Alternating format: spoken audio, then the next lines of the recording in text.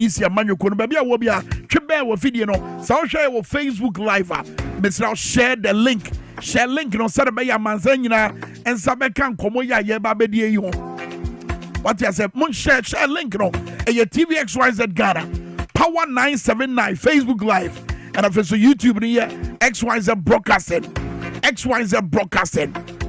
Well, on the issue of Dr. Matthew Boko Prempa, yeah, Dr. Mahmoud Baumia Fana said, ne reanimator, medical catcher, yeah, the yes, I'm mobile, ora and the appear could be our embrace. What you can't about two, Brana, you na Baumia Munyama Bontain, Yan, say, yeah, pan one to Maju Mediate said, yeah, and caution now, Elisa. What you can't about two about this, and one on quadi, a canon qua. Dr. Matthew Boko Prempa, no beer. I was here funnel, say. Yeah, Dr. Mahmoud Baumia, na bedi eche. Ni enti okasa no. Ebio eni. Speak for a majority because, as I told you, we have not been consulted as a caucus for us to state our position. But me appear could be. You can solicit my view on that. If it was for me to choose, I would choose him. Why? He's not my preference. Me. He's not your preference. Yes. Dr. Matthew Boku. Appear Kubi is saying that he is not my preference. But that doesn't mean that he is not qualified. Do you have a preference? Well, if there was an opportunity like that, I would express a candidate, however acceptable or otherwise, to our presidential candidate. What candidate I would want somebody who will be open with the people on the ground, who will be able to deliver the votes, and who would also submit to the presidency, and who will also be important in bringing parliament closer to executive. I would probably select somebody who is more acceptable by the generals going to the war, the parliamentarians. We should find somebody who, if the presidential candidate is not there, he will hold the hand of a member of parliament and go and conduct campaign in that member of parliament's constituency. And I don't see that happening in this equation. He doesn't have the quality. He cannot hold my hand. So why would I? Wilson and I knew Mokasaye, I was anti-memo. I know more dying a deeper face, about His Excellency Nanado Baumia Amemuna. So far, said your no mercy kono, Umani Chon, Shady Way. Scammer, I could find a so many scammer. Oh, yes, I didn't tell you scammer. Ah, now go for over one time more kind. Yeah, talk Kenke 1 city. Or so about better 80 pesos. I say I talk Kenke back 5 cities. Tino Nipano and why? Yes, scammer, no best scammer. I fraud a Kufado, fraud. But I'm not for the Ghana. I know him. No, be also about a Ghana card, ever call free. What will be that? Oh, boy, Canada, it's in the power of a sort of it's the December 7th. Dwabe na chele Juma.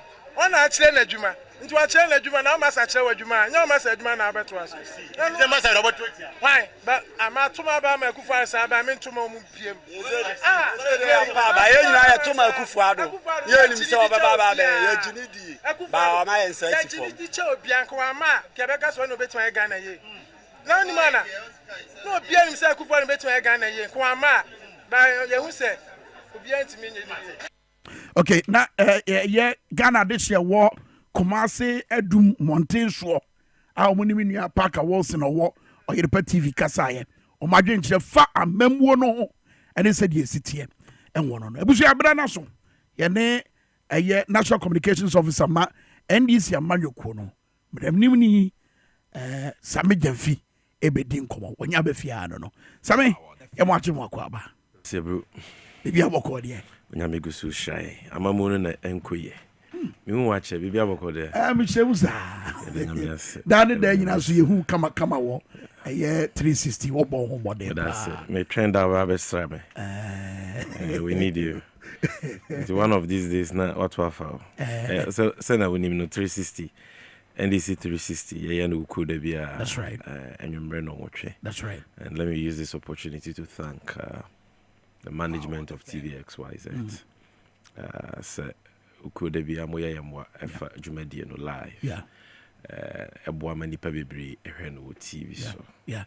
And thank you very much. Adanzidian also say, it's also a platform at Buama amanfo te NDC nhyehyɛ na sɛ so far guests out there ba nyinaa no ɔma bɛboa nkɔmmɔ no pa titiri the energy sector the education sector ɛne nea ɛkeka ho more piafo medase pamenia ebeko so I more than that because the any abre say nhyehyɛ pa ne aniswade hunu pa yura John Dramani Mahama ɛwɔ ma my Ghana no yɛbɛbɔ hu dewro na yɛaboa ma Ghana fo ate ase na 7 December no so ɔma yɛ yɛmmoa ato aba ama yura Mahama aba abɛfa mɛyi afiri ɛnɛ ahokyerɛ ne abɛnedia amamu bɔne nti ba womia ne akufu adode akɔ akɔduru mu no ɔma bɛpagya yɛ ɛde afiri hɔ deɛ ehia paa so biem so ne sɛ amamu bɔne kata hyehyɛ dwiri mprɔyɛ ne kankan a ɛkɔ so atorɔ ne nada amamu a mpempi no ebinum ɛka no korɛ no esie ɛma nkontompo di adeɛ no ebe yusu sa NDC 360 platform na yɛde emu nkyerɛkyerɛ mu aba na aboa ma abofra kora timi ehu de ekoso wɔ man mu nti 7 December no so na akɔgye krata na akɔto a wankasa wotibua ɛne wonyankopɔn akyerɛw abapa ɛwɔ sɛ woto a ɛbɛboa wankasa wabrabɔ ɔman no ɛne wankasa wo madaakye ɛnsasɛm ya wo kan yɛ for over 14 years na ɛyɛ da yɛ so kɛseɛ ma ɛyɛ political party te sɛ budie yɛ bia o United Kingdom my friend no Labour Party and after 14 years omatimi edi nkunim wɔ mabato a omoto yɛ enra da ya unya sa feeling sɛ ɛkwan omofa so didi sɛ nkunim no ebi betima to my Ghana because after all yɛ grade 8 years omo de ne 14 years yeah ebi betima to my Ghana ebi betumi si Ghana because obi oye student of political elections be abeka show say in politics in elections no there are waves so waves ni bitimi sub regional to say we bitimi abasa bibiri matoye enam say omanfo ewo ekurukuru ahodo a ana mama ahodo ewo bibiri matoye ebia the omanfo na ekomu no eya de kronti no yeah na the situation that people are facing have significant similarities you know ubetumi ehu pattern of voting is a quite certain trend. That's right. So there is a certain wave. There can be a wave of change. There can also be a wave be a trese a buyer tesono or mount for energy amamu mubu for which reason they are all being retained. It means sisa. It can be sub-regional, it can be regional. So a bit to me about say a African and of course I told you crowd it means global. That's right. So and sometimes, not all the time, sometimes what it means a BB a Kosovo UK it me reflect it US. That's right. BB Kosovo US a bit to me reflect it Ghana because the issues are at that amount for moto abana koma so no sometimes it will be a din set. So so these waves and trends in elections and you can rule them out. Oko UK Bruchibemwa. Two major political parties in the way, Labour Party and the Conservatives. First, no, 8 years. 8 years. This is America. Yeah. I do maybe na Conservatives, you know. Breaky. Yeah. That cycle. That's right. When it was they've been in power for I think 14 years, like you said. Over parties now. MPP for new nominate Conservatives and NDC for new nominate Labour Party.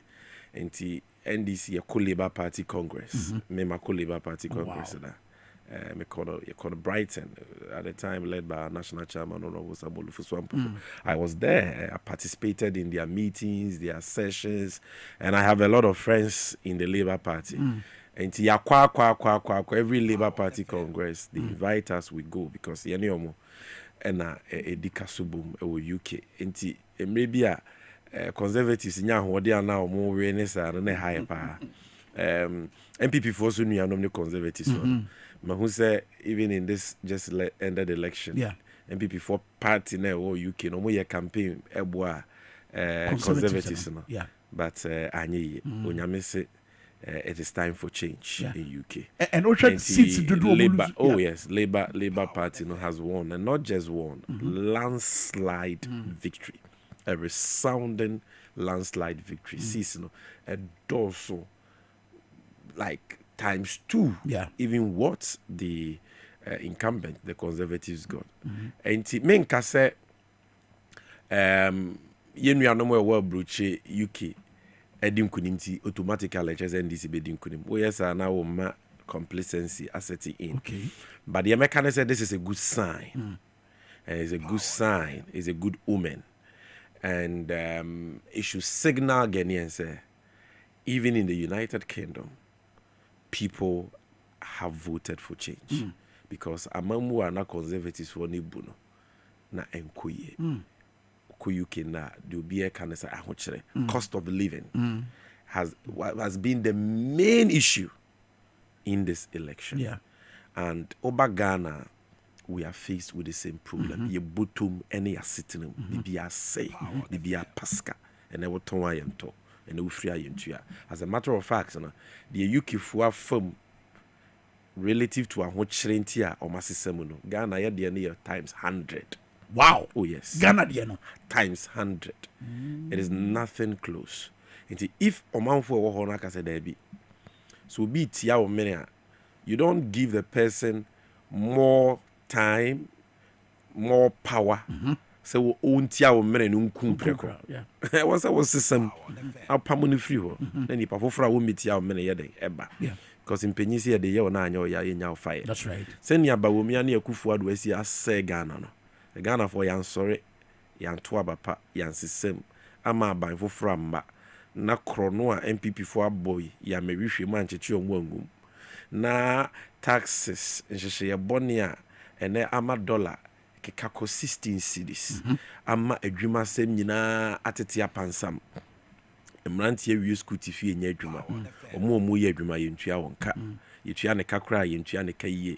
And then national service personnel puminti bida they are on strike because omala waka krakrano abai ne so ntua and no na me kind nko wa mu omampenye kufu ado aso e o Jubilee House wa Ghana sika nyina ho no mudi kogu edie no e ho mpo adwumayefo obo prapra ho yentimi ntua omoka busomi num ne school feeding caterers yentua omoka food suppliers yentua omoka e chese bibia nko ye contractors yentua obi aka ama oman ni mu ayeden see, Bessia Bobby Bomo boy, two or more for mentia or mentia is a carmen or minor. Ama ubieni Ghana, Isika Muji Debian, compare Bessia cry, maybe. I just IMF we are. IMF was a so intimate because 7 pennies said your ring and dream one man. And yet, I confirm any baby. So what you say? Yeah, Bobesian more than $130 billion. I'm wire IMF for $3 billion in the between a boy. Because a crow be no yen a day, obey. A mammoon about me and Yakufuado any mbo. And don't see a marav swan. I was say, you can't boom and found one a party. Near can say enough is enough. Near tintes to cocoa buying. Near system, ma or fufro ba. But you see, answer and sad yen besino. Na Ghana for nyina I convinced what my dream say. I'm pampa yede. I'm a monisha jomama sa. Obet my yedi okana. But that's the other bahono. NPP so dine di won re ya adwuma di ya. E course what to say. Oh, anye bia no. Opanyin foforo ya yini. Ono nso de na adwen nenam. En enye nkofo kro na omo ne NDC face 2020 ni 2016 no. And Esaba, I be a change back, which is Dr. Matthew Pogu Prempa, or by a Baumia running mate. A bimo say MP before the say, a bomb who 18 Masasia, Mokase Guono. A bimo so say, after all, Baku a medical practitioner, and a Baku so a economist. And there's no Kufuado in the boat. It is a Caribbean Eba. Well, Minia, as in when I've been person can be, but when you be Sammy, Mammy and Cat and was some kakra. You see, I am in one. I am in one pass. Ghana Fubino and some chofo titru.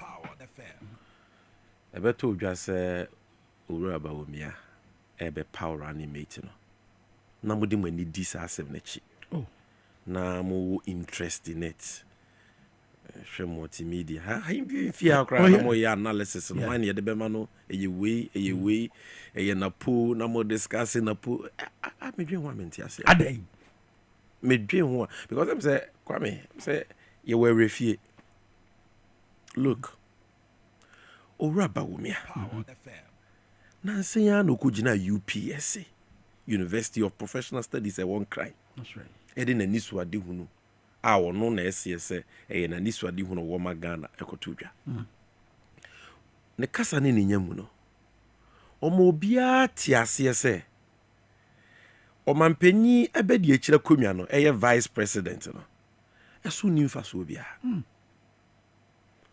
omo bia hu se wo ye vice president a wo ni tumi bia wo betumi dia ye bibi wo ye mere mate wo de odia ne so tufo de wo tu ni fo na wo ye omampanyi no pa no ofo pa onfa nti the vice presidency is completely useless and as they say they are creating the campaign message mon first year nenya den emame ono so a woni license ne driver no na ss wodi meter ma no o de car na konya accident na Ghana for say meter driver banza na training wodi ye ntumi nyi wunni emfa car foforo a ye kwa akotoi enhye wonsa because o driver no kra na wo dwa wanum se ono enenim ka atwichin obia no waba akwa car no dwobo di akwa shamna donkodonko how do you trust a mate of driver banza because mate no so your driver mate banza it no one sem cry en kanwie ye then papa ya or no say vice president akonwa no fa so bia ni so no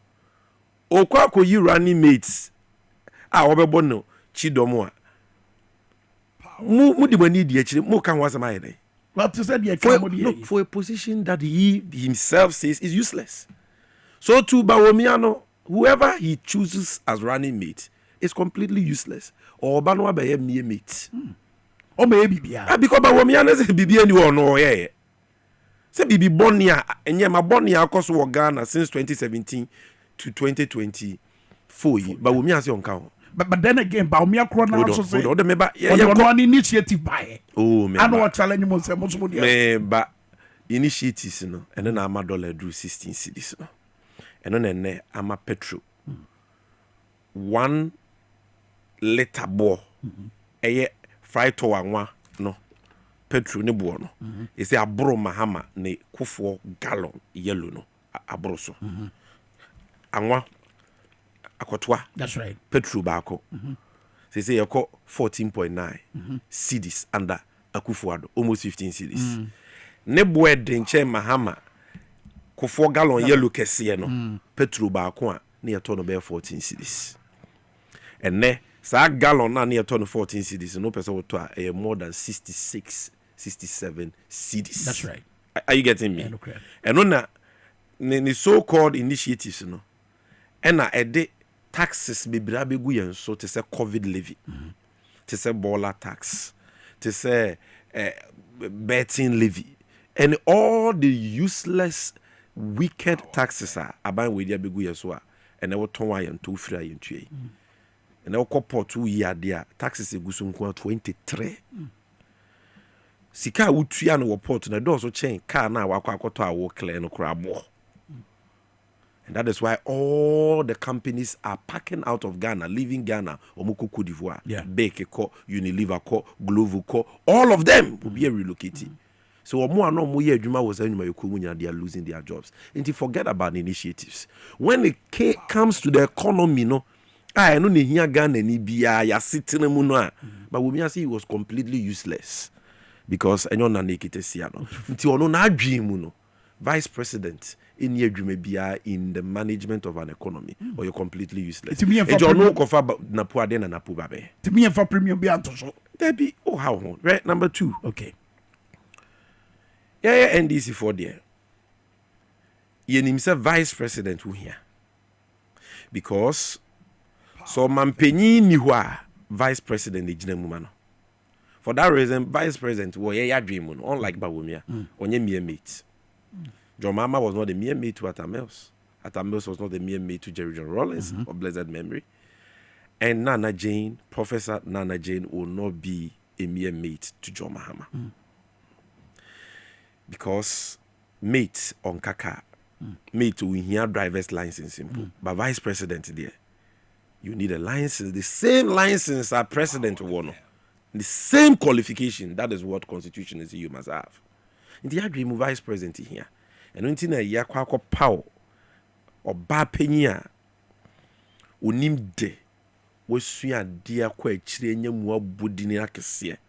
Why ye Juma was some may vice chancellor or bar would decline in a public university in Ghana. Why ye minister for education. Na why ye enyema kesia diabwa omei. And until yakofa. Simple Bawumia say only a vice president who in here. At least Bawumia say vice president utufo mebwa. Yeah. Therefore, nipa woko pa on so metunifono. E was say oye nipa sebi na dream mudra. Or wadrin pa for me hu ni obmanfo nyina ho. So okotu ye man penyufo be man afutu pa na mebwa. Sa pepepe. Na papa ya bo ni din akwakofa ni. Aye Matthew Poku Prempe. Yes. Obie ni wo MPP mu a oye nipa mu yihimu eche no obie ni wo MPP mu a oye ethnocentric nipa baby onu frinti so ya asante ninti omu nipa omu free baby foforo pa ache no obroni say he is an ethnocentric tribal bigot, a very divisive character. And he says nipa we ne kwa kutuba womiafo a ene Ghana for due. It is the more reason why we must not make them get even close to the presidency. Because Eyasa Napui. And it's not the studios of Asempa FM.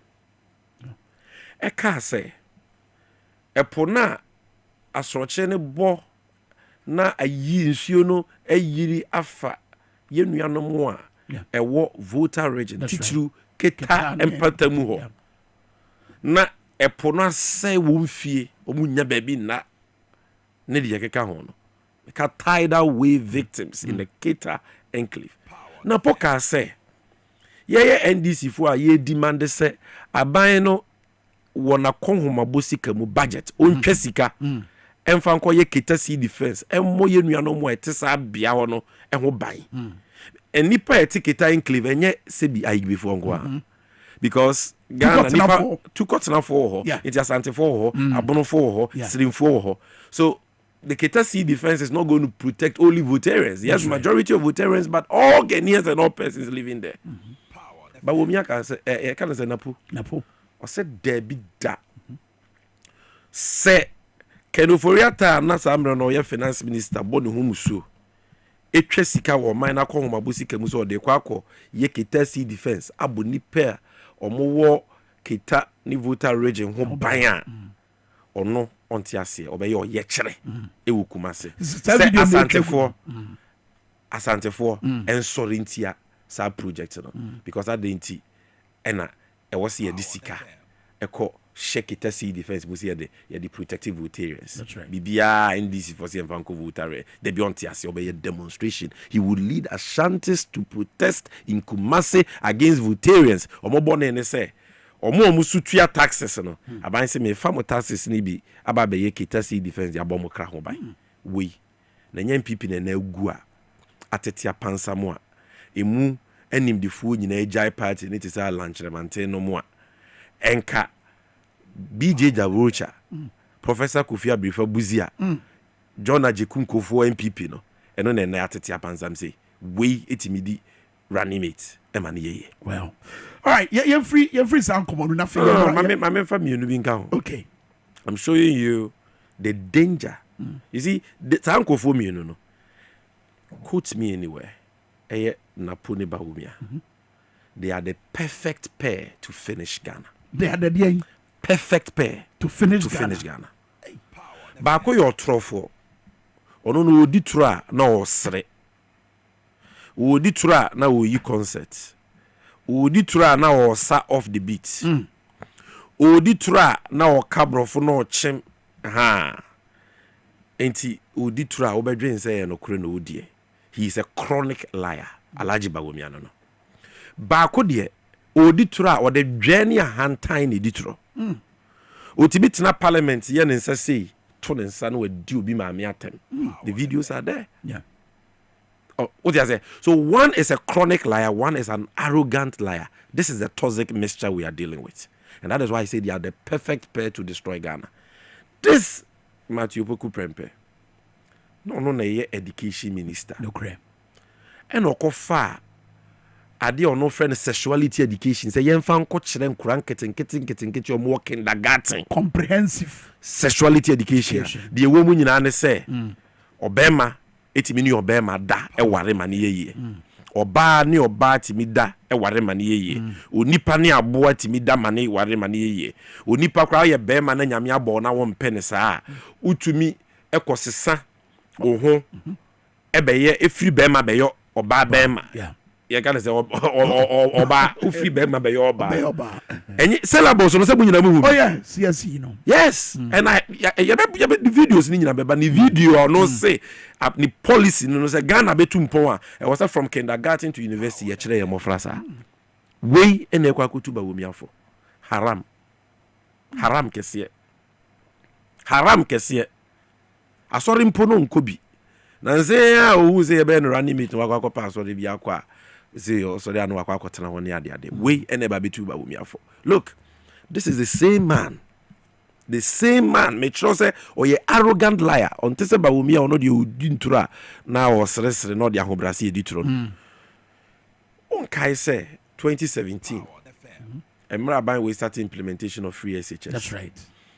Omode nkura ko gu Independence Square ekom ene awia na ebo nti no nkura ni bi fenti yes twahwe omoni omo awofo no on kai say na pui as education minister ba bonten be ka say eyo mampanyi Mahama ena abo nipa binum pa ena wa baasi omo abegu Independence Square so omo sheda image na wontwahwe you see we say nipa da se ni akura keto atwahwe nipa bi o wa abadaye bia no kra wo say ye wa yem hihie na wunya tema e ka sempa bi e beto nipa akoma so as education minister ye dey taxes to aneka and troke say no be di to Mahama so insensitive, so arrogant, so inconsiderate say Mahama na abasi nipa abo mo pass o mu betwitwanhwe asem way ye ka say tro no we di on twen say wan twan san ya kopem say 2021 or converting wo mrahye bedwam. That's right.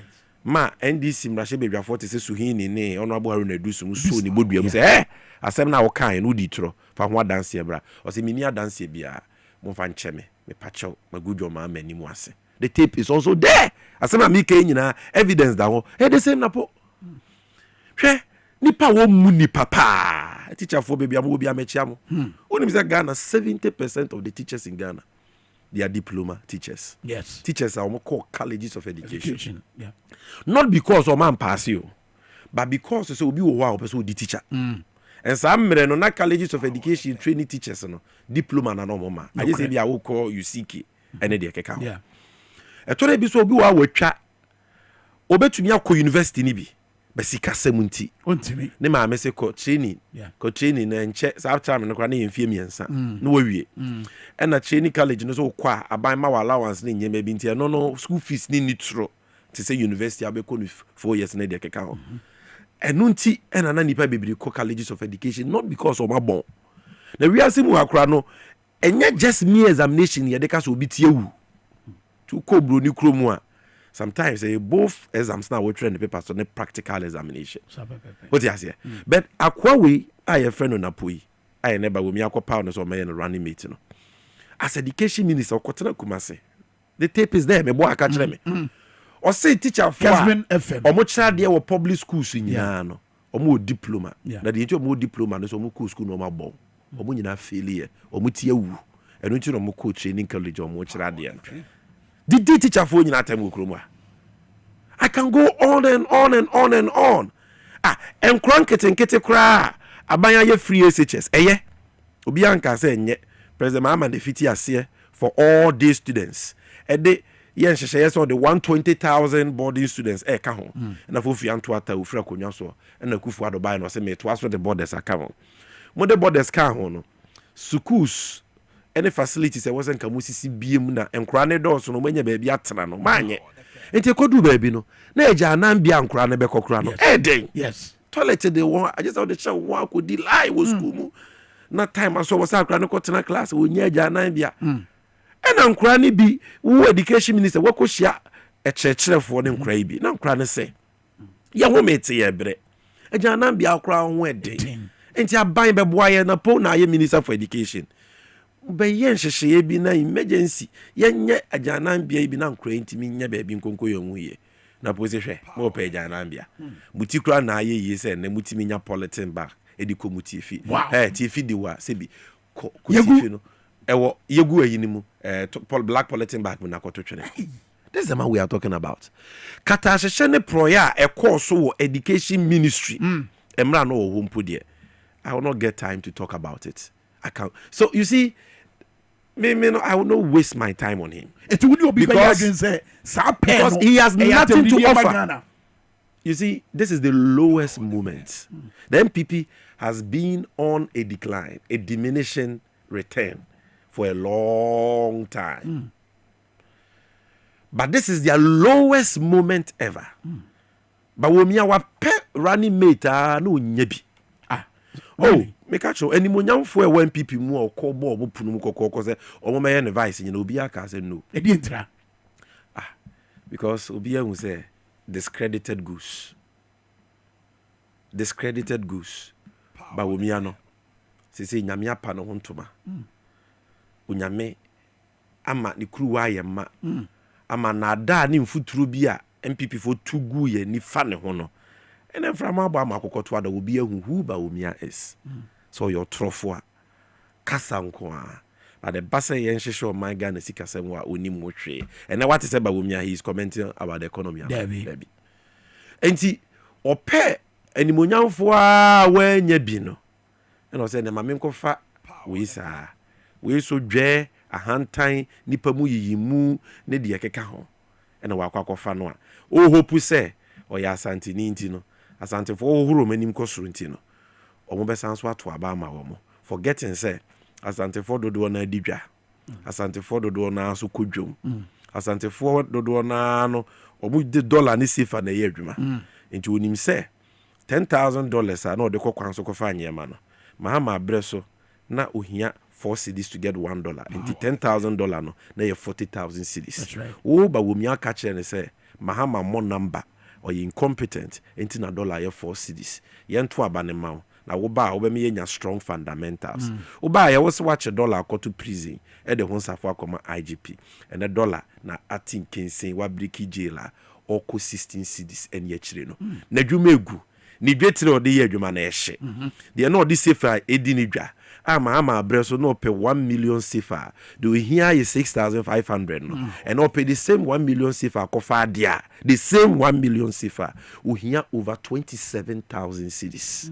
the great kita ni nyina ahye and na woton a yento ofiri a yentua okopa besia wonya bi obenya bi so a ehun si ho twameni si ho ebi 35% to 40%. That's right. Microfinance any savings and loans are na emma ye maame mo besia mo dididwa uni credit ni uni bank mo ne UT banks mo ni nyina na mabegu no na brofo bank yi so mo besia ubenye yo kwaye se kobra kofa dan we krata kofa we bra ukonya bi ba kra hunsi ho Ghana Commercial Bank 35% ni akire untumi ntua so asante for e wo kejetia omo wadum omo mampo omo kokwan so omo manya asante ni a wabeye president mpuda kofo enti enye running mate na de ba be dada omo no ma forget your masitrim dia to aba.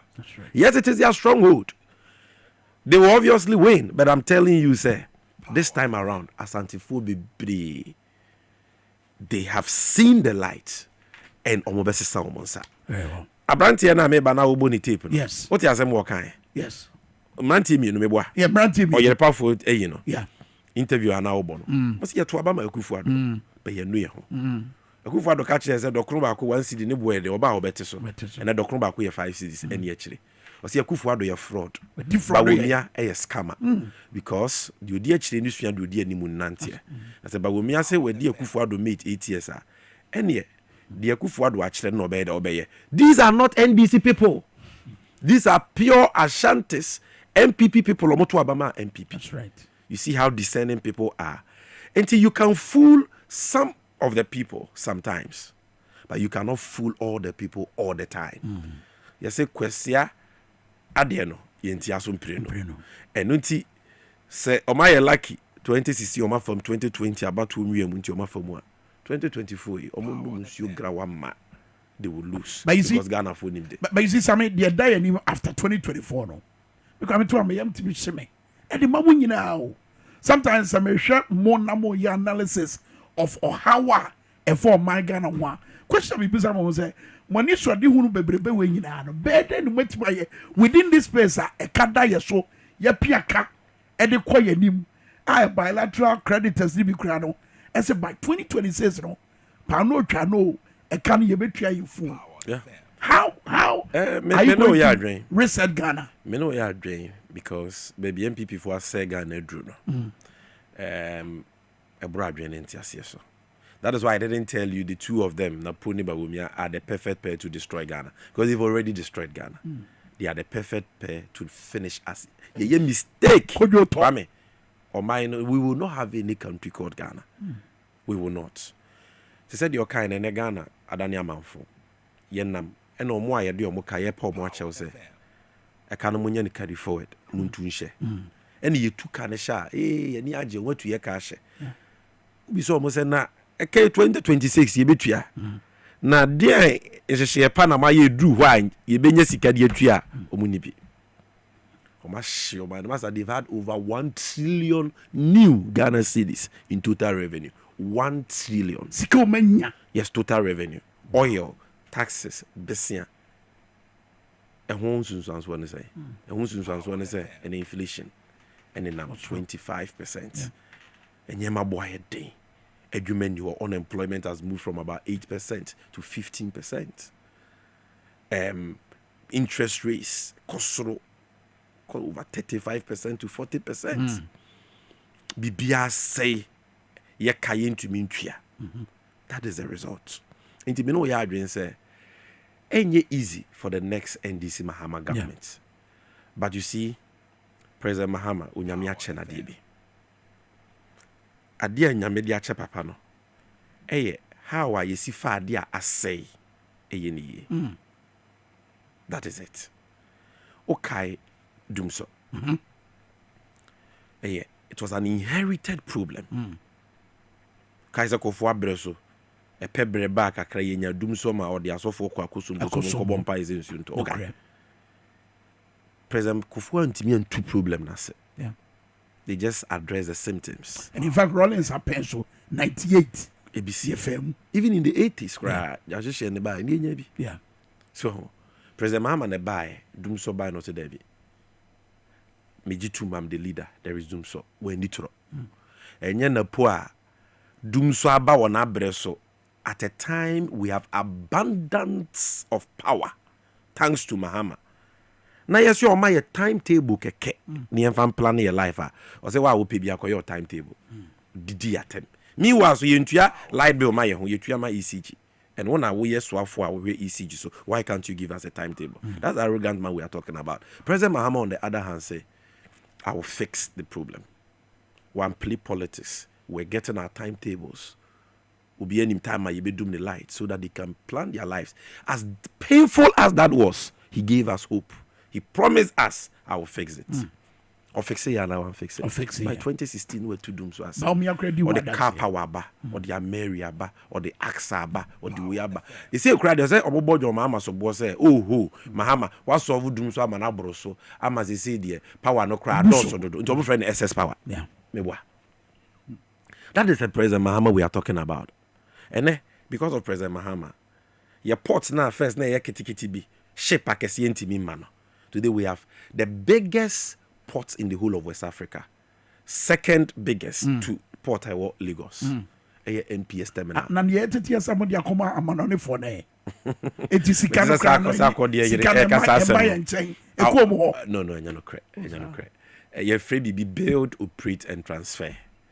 Oh, abai ye projects bia. Ye wo dia abai ankasa de sika ye. Eto de bi so abai timi kofa ankra nkra bi se fa wo sika be ye.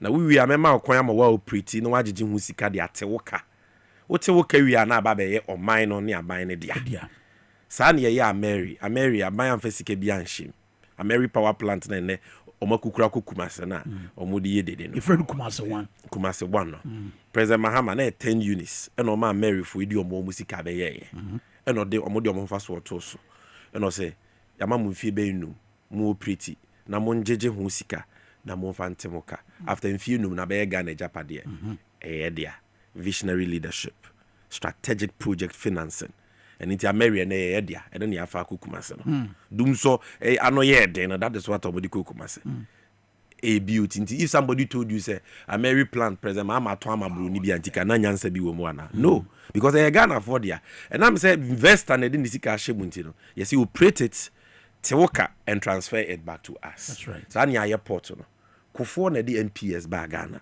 omuni mu ameka kire mo kofo na the port no ma wo for 20 years concession agreement or the mo 2004 does that mean say kofo ton port no or the more as investors some of music machine ye papa Mahama buy no say there be kofo aye bi but the motete ho amoye still port ni so enti media me pese moye ne say port no ye be bamu mo nine we are going to quadruple the port ye be more bets ye be a ship or ba e be si no e be pack no so na be ya ship akese ntimi magana nyina betumi aba nti amama ye twa ye ho ahia ni nyina ne bebre di omo the Sahelian countries e di omo cargos e be fa tema port na aboaye ne yenye sika na de adwuma so aba port nti MPS me the port no mamu 15 years mo trim mo amusika aban kapre ni na mu wia sika ne ye cha mo benya mu kese ba ban benya kakra so until still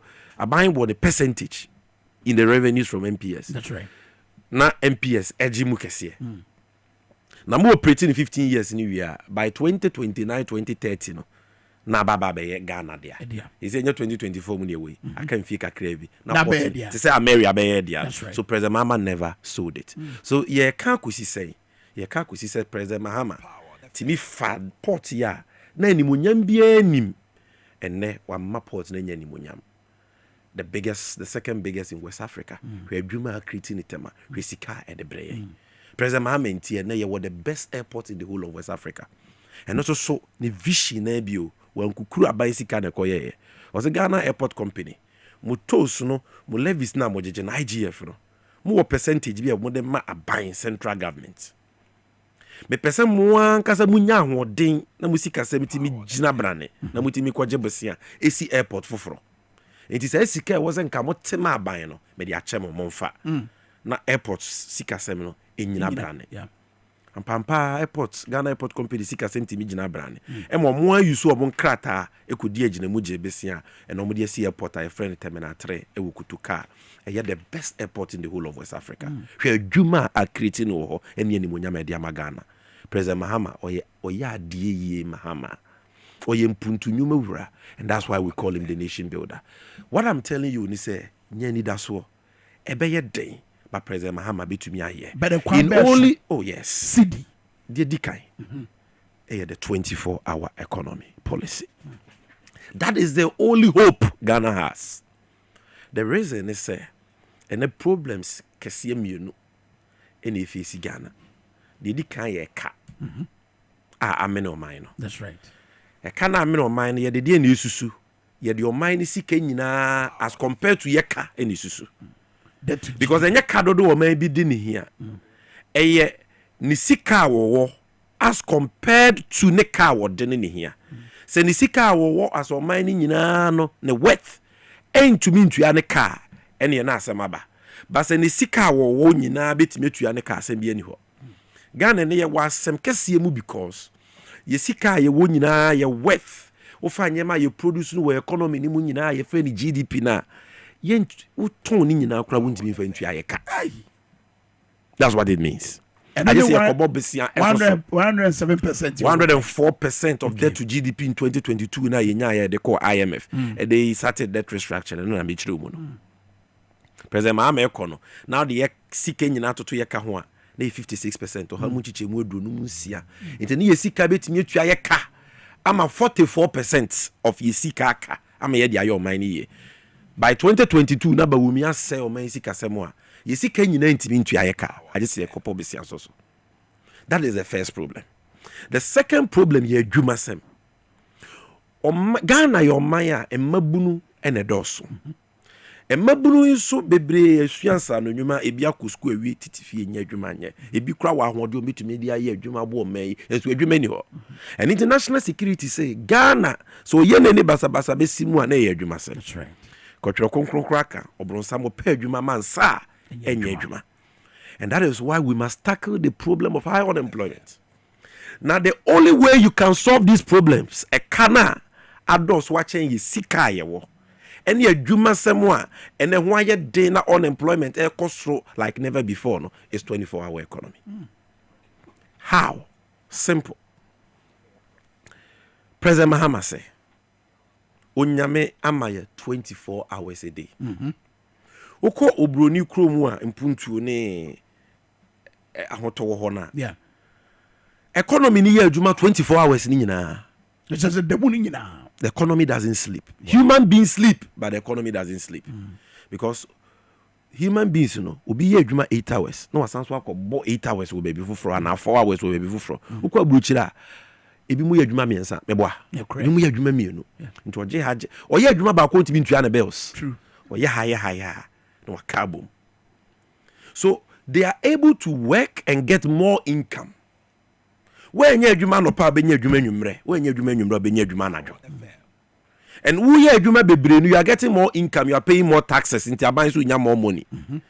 We are adwuma bebre no nwuma yeku a woni omu ye adwuma no, they are producing more. So the economy grows, the GDP becomes bigger. So 24-hour economy doesn't only ensure say adwuma bedoso. Because ya wo kwa anopa 8 hours. Kwa kuko enwumre 8 hours. Kwame akwa homachi to anopa 8 hours. 24-hour economy ni achim 8 hours, 8 hours miensa. So automatically.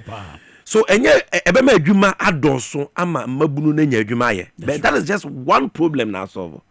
The second problem they say solve they say enwuma yeku a omu ye into production, manufacturers, agro processing companies, your ports, your passport, they are all producing more. They are all processing more applications. So they are getting more revenue. They are increasing the GDP. And untino, ube say 24-hour economy intino. Na Ghana ye GDP no a triple. It is say what the kana ye ntumi ntu ya no to ye GDP ye sika ye wono ho a e ka ne be ye ketu e bi ne GDP na doso. So debt to GDP will be reduced drastically because the GDP will go up because of 24-hour economy. That's right. And that means to say afi de baby ye kope bosia omo hwe yanim no ye ko me hwe yanim. Enu 2026 enu 2026 ye yetima ye bibi. Oh yes, because 24-hour economy 2025 ye fiti as President Mamaka. As a chire nyina ne say Kwame o bobra e bia ye adwuma o power. Yeah. Boso me yetu aka advance 5,000. Yeah. First na we use sika ni ye e de bobra. Pa nya bi hwefi nya bi save. Ba sese afakubo nti no be afim mfie be enwotwe ni no. Oji wakatua na de akotena bia ba na odi twa wanum spelele. Na ne ma mo chele. Nti wakatua 5,000 no 1 week na hye. I just okoje besia another 5,000. And no cry nso. And wa bobesia and a calm mene. She said you okobo besia obi asem ma because kakura wunti bi nyebe. Why ye? Sikeni ho. And I watena sia nu ho. Wadwen ho a say me di nsem ho no. Nti me toto menye meye. But se me ka se me ye adwuma ba ko pe no age 5,000 na de atuatua me ho ka. Eni age se emfie oha na metua me ho ka awie. Sa me kwa na me we na mahu. Afi me ma na be so aka no. Nti de me ne se me ye adwuma 24 hours me ye adwuma de me nya akwadworo. That's right. Adwuma ba ko na me ye na me ko ye mienu aka ho. Na me sika do so na me de atua me ho ka. Me pacho se nipa kro no kasa wakaboniana. Wakana ye pa. Se nyansa sem. Nyansa. Ti President Mahama se ya ye adwuma 8 hours. Eno na akufu ado ne ba womia ɛde abɛsɛ ɔman deɛ kofoɔ yɛ deɛ Rollins yɛ data mills yɛ deɛ Mahama yɛ ɔmo abɛsɛ no in 8 years sisi akɔhyɛ kam sɛ yɛka sɛ yɛbɛyɛ adwuma 8 hours agye sɛ mfie ɔha na yɛfiri saa ka ne ahokyerɛ wei mu nti yɛnya akwadworɔ yɛbɛyɛ adwuma 24 hours 24 hours kyerɛ sɛ yɛakyɛ 24 hours mu 8 hours woanya adwuma nɔpa wobɛnya adwuma anwummerɛ woanya anwummerɛ wobɛnya bi anadwo nti nipa a ɔmo ti fi ɔmo nya adwuma ɔmo ntimi contribute to the GDP and the economy nyina no ɔmo bɛnya adwuma by way of impact no and again so no all these companies, businesses, public institutions who are going to operate 24 hours, they are going to get more revenue, they are going to produce more, the economy is going to grow, the GDP is going to go up. And you benye sika bebree tuya kana me bi kura yede aka. Na ye sidi na. Oh, na what den? Ma menka bi nchira. Ka kire. Ade ba akopa ama ye na ye sidi no. Ahode aba form ne se. Dollar ni o man ni mo. Die na ma dollar ba o man mo.